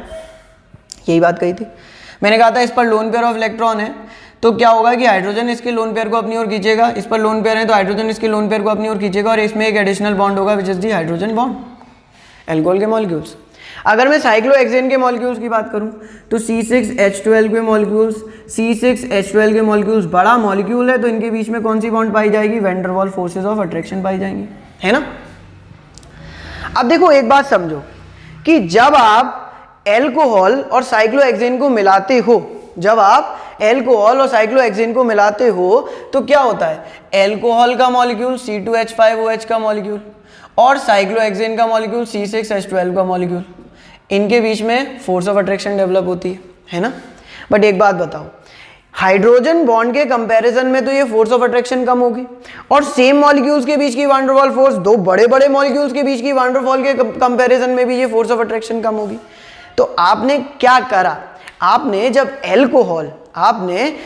एल्कोहल और साइक्लोहेक्सेन को मिलाया तो फोर्स ऑफ अट्रैक्शन को क्या कर दिया, कम कर दिया। तुम ध्यान से समझो, मैं अभी वॉल्यूम वाला कॉन्सेप्ट बता रहा हूँ, delta V mixing greater than 0, मतलब कि वॉल्यूम मिलाने पर बड़ा क्यों हुआ, इसलिए बड़ा हुआ क्योंकि पहले एल्कोहल के मॉलिक्यूल्स हाइड्रोजन बॉन्ड से बंधे हुए थे, तुमने उसके नीचे साइक्लोहेक्सेन मिला दिया, उन साइक्लोहेक्सेन ने उसके हाइड्रोजन बॉन्ड को वीक कर दिया, एल्कोहल के मॉलिक्यूल्स दूर दूर जाने लग गए, तो वॉल्यूम बढ़ेगा क्या, नहीं बढ़ेगा। पहले साइक्लोहेक्सेन के molecule strong van der Waals force से जुड़े हुए थे, तुमने उसमें एल्कोहल मिला दिया, यहाँ पर एल्कोहल आ गया, अब उनके बीच की van der Waals force week हो गई, तो साइक्लोहेक्सेन के मॉलिक्यूल दूर दूर चले गए, कंपैरेटिवली पहले के कंपैरिजन से तो दूर दूर चले गए।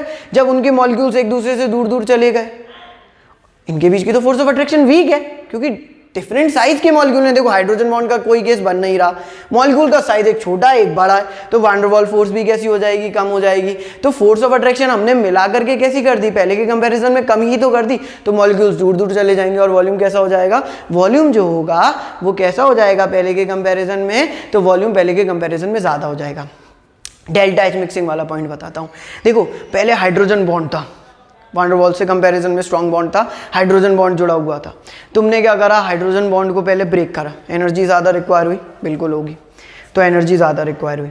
स्ट्रॉन्ग वान डर वाल फोर्स थी, क्योंकि सेम मॉलिक्यूल्स, बड़े बड़े साइज के मॉलिक्यूल, वान डर वाल फोर्स साइज पर डिपेंड करती है, तुमने बॉन्ड एनर्जी रिक्वायर हुई, इसमें भी एनर्जी रिक्वायर हुई, इसमें भी एनर्जी रिक्वायर हुई। फिर तुमने दोनों को मिलाया, तुमने देखा थोड़ी सी एनर्जी रिलीज हो रही है, बहुत थोड़ी सी एनर्जी रिलीज हो रही है, यहाँ रिक्वायर ज़्यादा हो रही है, यहाँ रिक्वायर ज़्यादा हो रही है, यहाँ रिलीज ज़्यादा हो रही है, कम हो रही है। तो इसका मतलब तुम्हारी एनर्जी का खर्चा हो गया ना, तुमने ही तो एनर्जी दी होगी, तुमने ही तो मिलाया होगा, तुमने अपनी तरफ से एडिशनल एनर्जी दी होगी। Energy has been provided to you, provided by you, energy तुमने दी है, एनर्जी तुम्हारे द्वारा दी गई है, तो प्रोसेस एंडोथर्मिक हो गई, तो delta H mixing greater then क्या हो गया, 0 हो गया। पहले इनके बीच में एक स्ट्रॉन्ग हाइड्रोजन बॉन्ड था, तुमने ब्रेक करा, एनर्जी रिक्वायर हुई।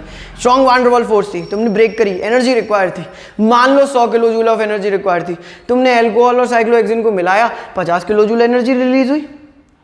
तो 50 किलो जूल तो तुमने अपने पास से दी, तो मतलब ओवरऑल एनर्जी क्या हुई, प्रोसेस में रिक्वायर हुई, तो ये डेल्टा एच मिक्सिंग कैसा हो गया, ग्रेटर देन 0 हो गया। पहले मॉलिक्यूल्स जो थे हाइड्रोजन बॉन्डिंग से जुड़े हुए थे, स्ट्रॉन्ग वान डर वाल फोर्स से जुड़े हुए थे, मॉलिक्यूल्स पास थे, तुमने दोनों को तोड़ करके मिलाया और वीक वान डर वाल फोर्स हुई, तो मॉलिक्यूल्स में फोर्स ऑफ अट्रैक्शन वीक है, मॉलिक्यूल्स दूर दूर जाएंगे, वॉल्यूम इंक्रीज हो जाएगा। मतलब यहाँ पर वो एग्जाम्पल्स आएंगे पॉजिटिव डेविएशन में जहाँ पर किसी ना किसी तरीके से कोई एक एडिशनल बॉन्ड हो, स्ट्रॉन्ग बॉन्ड हो जो ब्रेक हो रहा हो, जैसे हाइड्रोजन बॉन्ड यहाँ ब्रेक हो रहा है ना। देखो और एग्जाम्पल दूँ तो इसके एग्जाम्पल वही होंगे कि जहाँ पर कोई एक बॉन्ड जो हो रहा हो वो ब्रेक हो रहा हो, जैसे very important example ethanol and water, ethanol and water, water और इथेनॉल। देखो इसमें भी हाइड्रोजन बॉन्डिंग है, इसमें भी हाइड्रोजन बॉन्डिंग है, वाटर के मॉलिक्यूल्स में भी H बॉन्ड है और इसके मॉलिक्यूल्स में भी H बॉन्ड है आपस में, है ना। इसका H बॉन्ड पहली बात ज़्यादा स्ट्रॉन्ग है, more strong, very strong alcohol के कंपैरिजन में होता है ना। और तुमने मिलाया, तुमने इन दोनों को क्या कर दिया, मिला दिया। अब इसमें एक स्ट्रॉन्ग हाइड्रोजन बॉन्ड था, तुम ब्रेक करोगे जो कि अल्कोहल से ज़्यादा था, एनर्जी रिक्वायर होगी। अल्कोहल के हाइड्रोजन बॉन्ड को ब्रेक करोगे, एनर्जी रिक्वायर होगी। और वाटर और अल्कोहल के बीच में अब जो फोर्स ऑफ अट्रैक्शन डेवलप हो रही है वो कैसी डेवलप हो रही है, बहुत कम हो रही है। तुम्हें हाइड्रोजन बॉन्ड ब्रेक एनर्जी बहुत ज़्यादा रिक्वायर, और फिर जो फोर्स ऑफ अट्रैक्शन डेवलप हुई वो थोड़ी सी हुई, वीक हुई। तो पहली बात, जब फोर्स ऑफ अट्रैक्शन वीक होगी तो मॉलिक्यूल्स दूर दूर जाने लगेंगे, तो वॉल्यूम क्या हो जाएगा, ज़्यादा हो जाएगा। फिर तुम्हारी एक तुमने ये बात कही कि इसके अंदर जो पहले एनर्जी रिक्वायर्ड थी, क्योंकि 2 हाइड्रोजन बॉन्ड तोड़ने थे जिसमें वाटर वाला तो बहुत स्ट्रॉन्ग था, अब जो एनर्जी रिलीज हो रही है वो बहुत कम हो रही है, तो तुम्हें एडिशनल अपनी तरफ से ही तो एनर्जी देनी पड़ेगी। तो प्रोसेस कैसी हो जाएगी, एंडोथर्मिक हो जाएगी। Process will be endothermic in nature, delta H कैसा हो जाएगा, पॉजिटिव हो जाएगा इस केस में भी। और example acetone and carbon disulphide,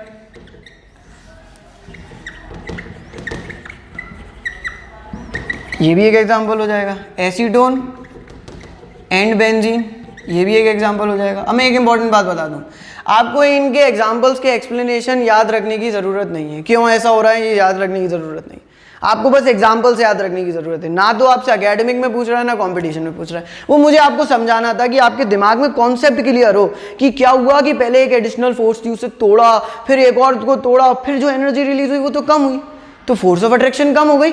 force of attraction कम हुई तो मॉलिक्यूल्स दूर दूर चले गए, delta V mixing greater than 0 हो गया, एनर्जी रिलीज कम हुई तो delta H greater than 0, process endothermic, ये बात हो गई। ये तो इसका एक्सप्लेनेशन तो बहुत सिंपल है, नंबर ऑफ पार्टिकल्स इंक्रीज हो रहे हैं मिलाने पर, तो obviously delta x mixing will be greater than 0, और प्रोसेस को स्पॉन्टेनियस होना है तो गिव्स फ्री एनर्जी को डेल्टा जी नेगेटिव को, डेल्टा जी को हमेशा नेगेटिव ही रहना पड़ेगा। These are the example: ethyl alcohol and cyclohexane, ethanol and water, acetone and carbon disulfide, acetone and benzene, जिसमें ये वाला वेरी वेरी इंपॉर्टेंट है, मैं आपको बता चुका हूँ क्यों। अब मैं इसका एक ग्राफ बनाना चाहूँगा, जैसे हमने आइडियल सोल्यूशन के लिए ग्राफ बनाया था वैसे ही मैं इसका ग्राफ बनाना चाहूँगा, पर ये याद रखिएगा पॉजिटिव डेविएशन में delta V mixing greater than 0, delta H mixing greater than 0, A का इंटरेक्शन बीबी का interaction greater than A B का interaction, P D is greater than P A plus P B, P A is greater than P not A zeta A, P B is greater than P not B zeta B. Example ethyl alcohol and cyclohexane, ethanol and water, acetone and carbon disulphide and acetone and benzene, these are the examples. ये examples हो जाते हैं। आगे देखते हैं, आगे मैं बनाना चाहूँगा एक ग्राफ। ऑफ पॉजिटिव डेविएशन वाला ग्राफ, तो graph of positive deviation, graph of positive deviation from Raoult's law. देखो मैंने आइडियल सॉल्यूशन का ग्राफ आपको पूरा समझाया था कि ग्राफ स्ट्रेट लाइन क्यों होता है, ग्राफ वैसा भी क्यों होता है कि जैसा हमें दिखाई दे रहा है। यहाँ पर मैंने आपसे कहा था कि ये एक्सिस पर आप मोल फ्रैक्शन लेंगे, याद हो तो यहाँ पर जीटा ए इक्वल्स टू 0 था, 1 था, यहाँ पर जीटा ए इक्वल्स टू 0 था, यहाँ जीटा बी इक्वल्स टू 1 था, यहाँ zeta A B equals to 0 था, यहाँ हमने वेपर प्रेशर लिया था, है ना। मैंने आपसे कहा था कि जैसे जैसे मोल फ्रैक्शन की वैल्यू इंक्रीज़ होती जाएगी, मतलब ए के मोल फ्रैक्शन की वैल्यू इंक्रीज़ होती जाएगी, वैसे वैसे उसका वेपर प्रेशर बढ़ता जाएगा और इस पॉइंट पर maximum that is P not a. मैंने कहा था जैसे जैसे बी का मोल फ्रैक्शन बढ़ता जाएगा उसकी वेपर प्रेशर की वैल्यू बढ़ती जाएगी और इस पॉइंट पर maximum that is P not be. और ये मैंने आपसे कहा था कि ये क्या रिप्रेजेंट कर रहा है, आपके टोटल प्रेशर पी टी को रिप्रेजेंट कर रहा है। This represent P T, this is P not a, this is P not be. ये आइडियल बिहेवियर का था, बट हम किसकी बात कर रहे हैं, पॉजिटिव डेविएशन की। सब कुछ ज़्यादा है आइडियल बिहेवियर से। मतलब आपने क्या पढ़ा कि पी टी ग्रेटर है किससे, P not A zeta A plus P not B zeta B से, पी ए ग्रेटर है किससे, P not A zeta A से, पी बी ग्रेटर है किससे, P not B zeta B से। अब ये जो एक्सिस है ये रिप्रेजेंट कर रही है P A equals to P not A zeta A, और वो तो ज़्यादा है, तो आपको कैसे बनाना होगा, आपको बनाना होगा ऐसे बस। ये क्या रिप्रेजेंट कर रही है, अब ये रिप्रेजेंट कर रही है P A greater than P not A zeta A से, बिल्कुल। अब आपको पी वी वाली ग्राफ, ये तो axis P V equals to P not B zeta B represent कर रही है, आपको ग्रेटर का बनाना है, अब ऐसे बनाएंगे P B greater than P not B zeta B से। आपको P T greater than P not A zeta B zeta A और plus P not B zeta B बनाना है, तो आप ऐसे बना देंगे, this is P T greater than P A plus P B. इसका एक वेरिएशन होता है पर मैं एरियोट्रॉप्स में बताऊंगा आपको, बस अभी के लिए ये पॉजिटिव डेविएशन का ग्राफ हो गया। यही ग्राफ है कि ये सब बस थोड़ा थोड़ा ऊपर बना देना है आपको, बाकी तो प्रोसेस सिंपल है। This is the graph of positive deviation, very important graph, very important, पूछ लेते हैं। Next is negative deviation from ideal behaviour. Negative deviation from Raoult's law.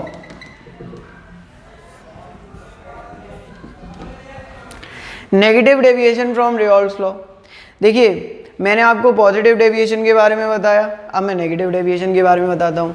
Negative deviation from Raoult's law का मतलब है कि हमने ये करना है कि जो इसका एक्सपेरिमेंटल वेपर प्रेशर होगा वो less than P A plus P B से बराबर होगा। इसमें जो पी ए होगा वो less than P not A zeta A के बराबर होगा, और इसमें जो पी बी होगा वो less than P not B zeta B के बराबर होगा। सिंपल सा concept. Total pressure is less than P A plus P B, जो एक्सपेरिमेंटली आएगा वो रेयॉल्स लॉ वाले से प्रेशर से कम आएगा। P A will be less than P not A zeta A and P B will be less than P not B zeta B. अगर मैं आपको ड्रॉ करके दिखाऊं तो मैं कहूँगा कि मैंने एक क्लोज्ड वेसल लिया है जिसके अंदर ए और ए प्रेजेंट है, ए एंड ए। मैंने एक क्लोज्ड वेसल लिया है जिसके अंदर बी और बी प्रेजेंट है, और इन दोनों को मिला करके मैंने एक सॉल्यूशन प्रिपेयर किया है। उस सॉल्यूशन के अंदर ए बी और ए बी प्रेजेंट है, इस तरीके से है। मैंने ये ए वाले लिए, ये बी वाले लिए, और अब ए बी वाले सॉल्यूशन के अंदर प्रेजेंट है। इसके अंदर जो ए का वेपर प्रेशर होगा वो पी ए होगा और बी का जो होगा वो पी बी होगा, है ना, और total pressure P A plus P B के बराबर होगा। अब मैंने थियोटिकली पी ए की वैल्यू निकाली, तो थियोटिकली तो पी ए की वैल्यू निकालने का तरीका क्या था, P A is equal to P not A zeta A के बराबर था। बट मुझे क्या पता चला, मुझे तो ये पता चला कि पी ए जो है वो लेस देन आ रहा है किससे, P not A zeta A से। पी जो है वो मेरा लेस देन आ रहा है किससे, P not B zeta B से। अब ऐसा क्यों हो रहा है, इसका एक्सप्लेनेशन मैं आपको अभी देता हूँ। इन सॉल्यूशंस के लिए डेल्टा वी मिक्सिंग भी जो है वो कैसी होगी, लेस देन जीरो होगी, मतलब वॉल्यूम डिक्रीज होगा, change in volume on mixing. इन सॉल्यूशन के लिए ए का इंटरेक्शन बी का interaction will be less than the A B का interaction. A interaction B interaction will be less than the A B का interaction. इन solution के लिए डेल्टा एच मिक्सिंग भी जो होगी वो कैसी होगी, तो that will be less than zero. Delta H mixing भी less than zero, delta V mixing भी लेस देन जीरो, ए का इंटरेक्शन, यही वो पॉइंट है which will explain all these points, सबको एक्सप्लेन करेगा। देखो कैसा, पहले एक बात समझो, मैंने क्या कहा कि इन सॉल्यूशंस के लिए ए का इंटरेक्शन लेस होता है, इसका इंटरेक्शन लेस होता है, किसके इंटरेक्शन से, इसके इंटरेक्शन से, यानी इसमें मोर फोर्स ऑफ अट्रैक्शन है, इसमें लेस फोर्स ऑफ अट्रैक्शन है और इसमें भी लेस फोर्स ऑफ अट्रैक्शन है। इसमें लेस फोर्स ऑफ अट्रैक्शन है, इसमें लेस फोर्स ऑफ अट्रैक्शन है और इसमें ग्रेटर फोर्स ऑफ अट्रैक्शन है। It is less force of attraction, less force of attraction and more force of attraction. इसमें less force है और मोर फोर्स है। कैसे फोर्स डेवलप हुई उसके सर्टेन एडिशनल एग्जांपल्स होंगे, जैसे मान लो कि कोई एक स्पेशल बॉन्ड डेवलप हो गया, हाइड्रोजन बॉन्ड डेवलप हो गया मिलाने के बाद, है ना, हाइड्रोजन बॉन्ड डेवलप हो गया मिलाने के बाद, तो फिर क्या होगा कि फोर्स ऑफ अट्रैक्शन ज़्यादा हो जाएगी। अब देखो, मैंने कहा कि जब आपका सॉल्यूशन बना तो उसके पार्टिकल्स के बीच में फोर्स ऑफ अट्रैक्शन कैसी हो गई थी, ज़्यादा हो गई थी। सॉल्यूशन बनने के बाद उसके पार्टिकल्स के बीच में फोर्स ऑफ अट्रैक्शन कैसी हो गई थी, ज़्यादा हो गई थी। अब सॉल्यूशन बनने के बाद यदि पार्टिकल्स के बीच में फोर्स ऑफ अट्रैक्शन ज़्यादा हो रही है, सॉल्यूशन बनने के बाद पार्टिकल्स के बीच में फोर्स ऑफ अट्रैक्शन ज़्यादा हो रही है, तो पार्टिकल्स पास पास आ जाएंगे, फोर्स ऑफ अट्रैक्शन कम हो जाएगी, वो ज़्यादा हो जाएगी, मतलब उनका वेपर्स में कन्वर्ट होना अब एक डिफ़िकल्ट टास्क हो जाएगा। अगर पार्टिकल्स के बीच में फोर्स ऑफ अट्रैक्शन ज़्यादा हो रही है तो उन पार्टिकल्स का वेपर्स में कन्वर्ट होना will be a difficult task. उन पार्टिकल्स का वेपर्स में कन्वर्ट होना एक डिफ़िकल्ट टास्क होगा। अगर उन पार्टिकल्स का वेपर्स में कन्वर्ट होना एक डिफ़िकल्ट टास्क है, if the conversion of particles into vapours is a difficult task, तो वेपर्स कम बनेंगे और वेपर प्रेशर क्या हो जाएगा, कम हो जाएगा। यानी कि total vapour pressure will be less than the calculated value P A plus P B. Individual vapour pressure P A, क्योंकि फोर्स ऑफ अट्रैक्शन तो ज़्यादा हो गई है ना, तो P A will be less than P not A zeta A और P B will be less than P not B zeta B. इन सॉल्यूशंस के लिए टोटल प्रेशर लेस देन हो जाता है P A plus P B के। P A will be less than P not A zeta है, क्योंकि अब फोर्स ऑफ अट्रैक्शन ज़्यादा हो गई है, ए के मॉलिक्यूल्स मुश्किल से जा पा रहे हैं ऊपर, बी के मॉलिक्यूल्स मुश्किल से ऊपर जा रहे हैं, यानी वेपर्स कम बन रहे हैं। वेपर्स अगर कम बन रहे हैं तो उनका वेपर प्रेशर भी कैसा हो जाएगा, कम हो जाएगा। यानी P A will be less than P not A zeta है, P B will be less than P not B zeta B. ऐसा क्यों हो रहा है, it is taking place due to the increase in force of attraction. कोई एक additional bond बन गया है और उस एडिशनल बॉन्ड बनने की वजह से फोर्स ऑफ अट्रैक्शन की वैल्यू कैसी हो गई है, कम हो गई है, ज़्यादा हो गई है। फोर्स ऑफ अट्रैक्शन की वैल्यू कैसी हो गई है, ज़्यादा हो गई है। तो इसीलिए P T is less than P not A zeta P A plus P B. यानी एक्सपेरिमेंटल जो प्रेशर आ रहा है आपका, जो आप एक्सपेरिमेंट से निकाल रहे हो, मैनोमीटर की मदद से निकाल रहे हो, वो आपकी कैलकुलेटेड वैल्यू से कम आ रहा है, क्योंकि पार्टिकल्स के बीच में फोर्स ऑफ अट्रैक्शन ज़्यादा हो गई है, पार्टिकल कम से कम वेपर्स में कन्वर्ट हो रहे हैं और उनके द्वारा लगाया गया वेपर प्रेशर भी कम हो जा रहा है। P A is less than P not A zeta A, P B is less than P not B zeta B, P not B zeta B के बराबर है। जीटा, इट इज जीटा, और आप एक्स बी भी बोल सकते हो, ठीक है। Delta V mixing less than zero है। अब देखो, लेस देन जीरो का मतलब है कि वॉल्यूम डिक्रीज हो रहा है। मतलब देखो एक बात समझो, पहले ए के पार्टिकल्स में कम फोर्स ऑफ अट्रैक्शन थी, बी के पार्टिकल्स में भी कम फोर्स ऑफ अट्रैक्शन थी। अब ए बी के पार्टिकल्स में जो फोर्स ऑफ अट्रैक्शन है वो कैसी हो गई है, ज़्यादा हो गई है। अब अगर ए बी के पार्टिकल्स में पाई जाने वाली फोर्स ऑफ अट्रैक्शन कंपैरेटिवली ज़्यादा हो जाएगी, तो पार्टिकल्स पहले के कंपैरिजन में कैसे आ जाएंगे, पास पास आ जाएंगे। और जब पार्टिकल्स पास पास आ जाएंगे तो उनके द्वारा ऑक्यूपाई किया गया वॉल्यूम भी क्या हो जाएगा, कम हो जाएगा। पहले के कंपैरिजन में पार्टिकल्स जो हैं वो पास पास आ गए।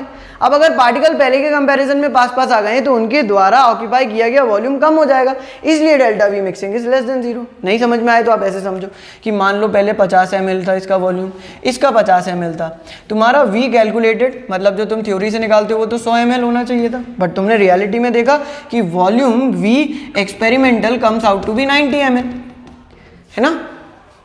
We experimental comes out to be 90 ml, ये 90 ml आ रहा है, या 100 ml है, ये 90 ml आ रहा है। अब 90 ml आ रहा है, इसका मतलब ये है कि जो change in volume delta V mixing तुम निकालोगे वो 90 - 100 होगी, 90 - 100 - के 10 होगा। तो delta V mixing comes out to be -10। -10 मतलब 10 ml उसका वॉल्यूम रिड्यूस हो गया है। 10 ml volume has reduce, 10 ml volume उसका क्या हो चुका है, कम हो गया है। और उसका वॉल्यूम 10 ml कम होना, उसका वॉल्यूम 10 ml कम होना क्या इंडिकेट कर रहा है, तो उसका वॉल्यूम 10 ml कम होना ये इंडिकेट कर रहा है कि फोर्स ऑफ अट्रैक्शन बढ़ी और उसके द्वारा ऑक्यूपाई किया जाने वाला वॉल्यूम क्या हो गया, कंपैरेटिवली कम हो गया। तो मैंने आपसे यही तो बात कही कि delta V mixing less than 0 होगी, क्योंकि वॉल्यूम पहले के कंपैरिजन में क्या हो जाएगा, कम हो जाएगा।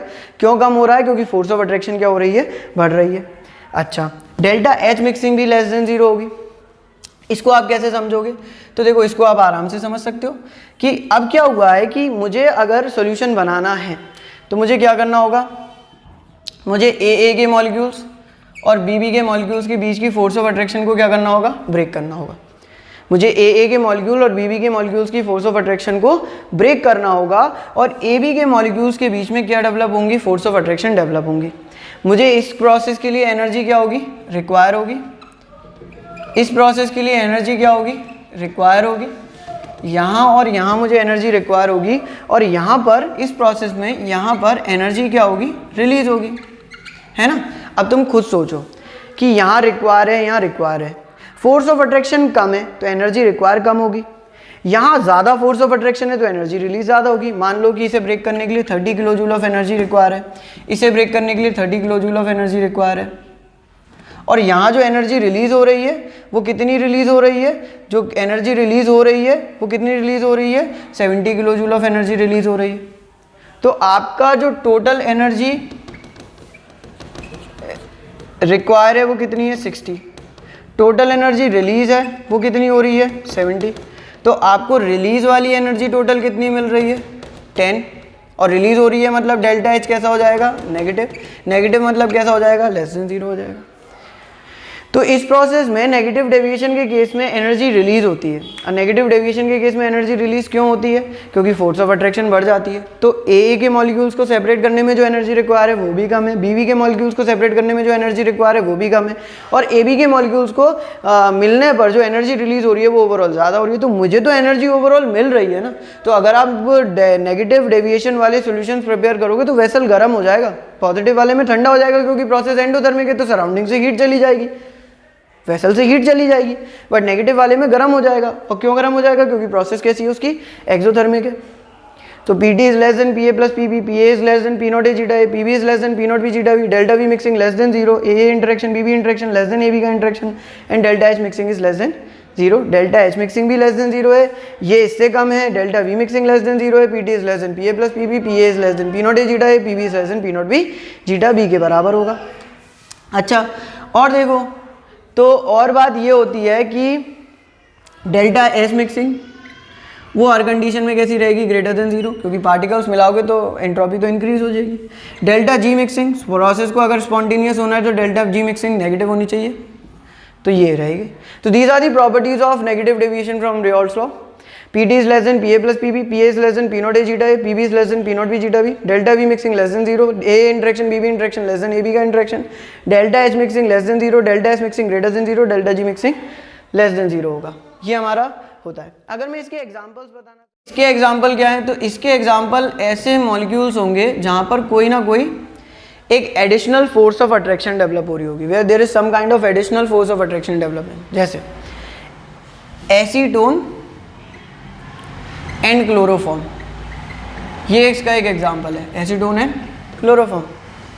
देखो क्लोरोफॉर्म का फॉर्मूला क्या होता है, CH Cl3 होता है। तो CH Cl Cl और Cl। और एसीटोन का फॉर्मूला क्या होता है, तो एसीटोन है CH3CO CH3, एसीटोन है CH3CO CH3 और क्लोरोफॉर्म है CHCl3।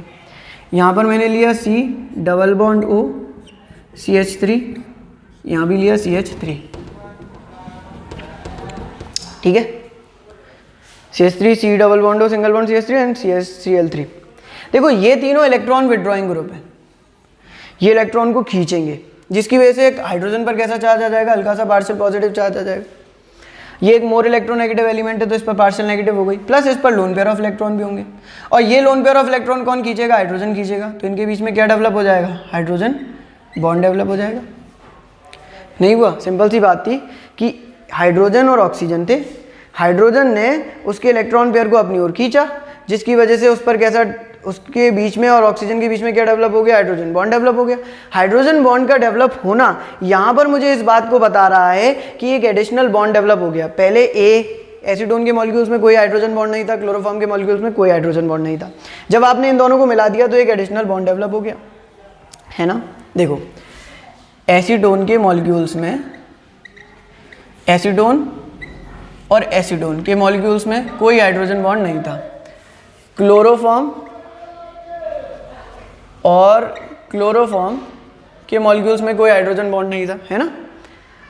तो इसको ब्रेक करने के लिए और इसको ब्रेक करने के लिए एनर्जी रिक्वायर होगी, बट वो एनर्जी कम होगी। क्यों? क्योंकि जब एसीटोन और क्लोरोफॉर्म का मॉलिक्यूल बनता है तो उनके बीच में तो हाइड्रोजन बॉन्ड डेवलप होता है, तो इसमें एनर्जी रिक्वायर, एनर्जी रिलीज क्या होगी, मोर। इसमें एनर्जी रिक्वायर कैसी होगी, लेस। इसमें एनर्जी रिक्वायर कैसी होगी, लेस। यहाँ लेस रिक्वायर, यहाँ लेस रिक्वायर, यहाँ रिलीज मोर। तो डेल्टा एच कैसा हो जाएगा, नेगेटिव नहीं हो जाएगा, क्योंकि एक additional force of attraction develop हो गई। इसमें कम फोर्स है, इसमें कम फोर्स है, इसमें ज़्यादा फोर्स है, मॉलिक्यूल्स पास पास आ जाएंगे तो वॉल्यूम कैसा हो जाएगा, कम हो जाएगा, डेल्टा वी मिक्सिंग जीरो। अब इनके अंदर एक एडिशनल फोर्स है तो मॉलिक्यूल में वेपराइजेशन कम होगा। जब मॉलिक्यूल में वेपराइजेशन कम होगा तो वेपर प्रेशर भी लेस हो जाएगा। तो P T is less than P A plus P B, P A is less than P not A zeta, P B is less than P not B, zeta भी हो जाएगा। तो ये एसीटोन एंड क्लोरोफॉर्म का एग्जाम्पल हो जाएगा। जहाँ भी कोई एडिशनल फोर्स डेवलप हो रही हो, इनका एक बहुत अच्छा एग्जाम्पल होता है कोई भी strong acid and water. Very important example, paper में बहुत पूछा जाता है। कोई भी स्ट्रॉन्ग एसिड एंड वाटर, मतलब आपका अपना HCl प्लस H2O ले लो, आपका H2SO4 प्लस H2O ले लो, आपका HI प्लस H2O ले लो, आपका HNO3 प्लस H2O ले लो, ऑल दीज सब इसके एग्जाम्पल हो जाएंगे। आपका एसीटोन प्लस एनिलीन भी इसका एक एग्जाम्पल हो जाएगा, acetone plus aniline. So all these are actually examples of negative deviation from Raoult's law. ये सब एग्जाम्पल्स होते हैं negative deviation of Raoult's law के। आप पहले नोट डाउन करिए इसे, फिर मैं आपको बताता हूँ इसका graph of negative deviation from Raoult's law.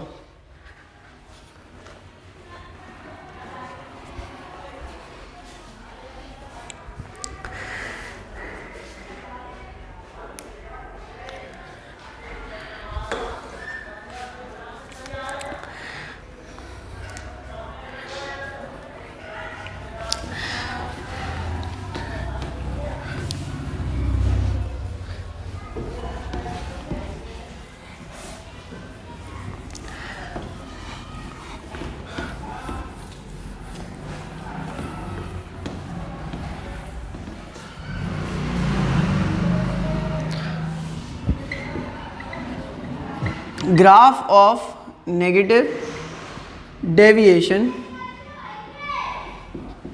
From Raoult's law, negative deviation from Raoult's law का ग्राफ है ना। देखो आइडियल सॉल्यूशन के लिए क्या बनाया था ग्राफ, वैसे ही ग्राफ दोबारा बनाना पड़ेगा। देखो यहाँ मैंने मोल फ्रैक्शन लिया था, यहाँ पर मैंने वेपर प्रेशर लिया था, यहाँ जीटा इक्वल्स टू 1 लिया था, यहाँ जीटा इक्वल्स टू 0 लिया था, यहाँ जीटा बी इक्वल्स टू 0 लिया था, यहाँ जीटा बी इक्वल्स टू 1 लिया था। मैंने आपसे कहा था कि आइडियल बिहेवियर में जैसे जैसे ए का पार्शियल प्रेशर वेपर प्रेशर बढ़ता जाएगा वैसे वैसे क्या इंक्रीज होता जाएगा, तो वैसे वैसे इंक्रीज होता जाएगा उसका मोल फ्रैक्शन। देखो जैसे जैसे मोल फ्रैक्शन इंक्रीज होगा जैसे जैसे वेपर प्रेशर इंक्रीज होता है। देखो एक कन्फ्यूजन मत रखो, पार्शियल प्रेशर टर्म जो है वो यूज़ किया जाता है पार्शियल चीज़ को बताने के लिए। जब मैं सिर्फ एक ही बात कर रहा हूँ तो मैं पार्शियल प्रेशर बात करूँगा। अब वो पार्शियल प्रेशर उसका वेपर प्रेशर भी हो सकता है या किसी और तरीके का प्रेशर भी हो सकता है। तो अगर वो वेपर प्रेशर या पार्शियल प्रेशर टर्म यूज़ करता है तो आप कन्फ्यूज मत हो, बिकॉज वो प्रेशर की ही बात कर रहा है और सोल्यूशन में आपसे वो प्रेशर की ही बात करेगा। पार्शियल प्रेशर सिर्फ इसलिए बोल रहा है क्योंकि वो टोटल प्रेशर की बात नहीं कर रहा है, वो सिर्फ एक कंपोनेंट की बात कर रहा है। तो इसलिए मैं पार्शियल प्रेशर और vapour pressure term interchangeably use करता हूँ। तो ये zeta equals to 0, zeta B equals to 0। यहाँ पर ये पी नॉट ए के बराबर हो गया था, फिर मैंने ये बनाया था, ये पी नॉट बी के बराबर हो गया था, ये मैंने ग्राफ बनाया था, ये पी टी का ग्राफ था, ये ग्राफ था। अब नेगेटिव डेविएशन है तो सब कुछ कैसा हो जाएगा, बहुत कम हो जाएगा। नेगेटिव डेविएशन है तो मैंने यही तो कहा था कि P T is less than P A plus P B, P A is less than P not A zeta A, reason भी बताया मैंने, P B is less than P not B zeta B के बराबर होगा। अब मुझे graph बनाना पड़ेगा, तो मैं ग्राफ कैसे बनाऊंगा, सब कुछ थोड़ा सा नीचे, जैसे पी ए के लिए ग्राफ जो होगा वो ये हो जाएगा।